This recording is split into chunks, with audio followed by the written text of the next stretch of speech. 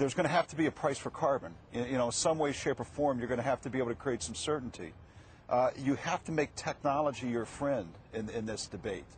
But look, we sit here today, Becky. I think about things like global warming, right? We've been on this for 4 or 5 years.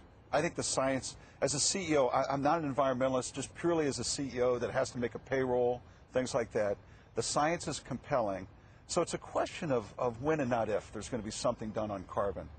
Give us some certainty, and let's go. We're not building nuclear power plants here. We're falling behind in coal gasification. Europe leads in renewables. We're not leading in advanced batteries. I think we've got a chance to solve some big problems and create a massive industry at the same time. Is cap and trade the way to go, though? Look, I've said it. There's got to be a price for carbon. I've come to the conclusion that cap and trade is the most effective way to create a market and go. There's going to be people that argue for taxes, but I just think cap and trade is the more practical approach.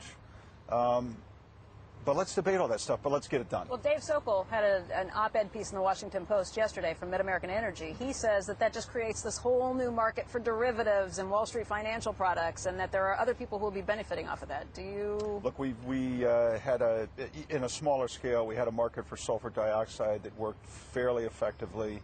Again, I think it is the one thing that can gel NGOs, business together, is the cap and trade system to create a market. Is it going to be perfect? No. But let's be really honest with each other right now.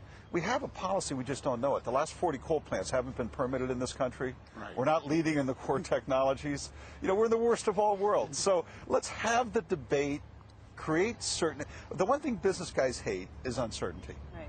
And in energy today, that ought to be the market we stake out to lead. Create certainty, to create incentives for small business, big business, whoever you want to, and let's go. And look, this is the key thing.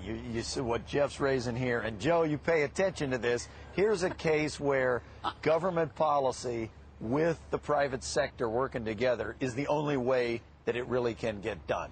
And in looking at it internationally, too, it's got to be done in an international context, so the U.S. isn't the only one passing these rules. But we've fallen behind in this. This is a place where the government's energy policy could be used in a way that would help American business, and thus far, has been less so. And so we're trying to push that, today in this meeting. Hey.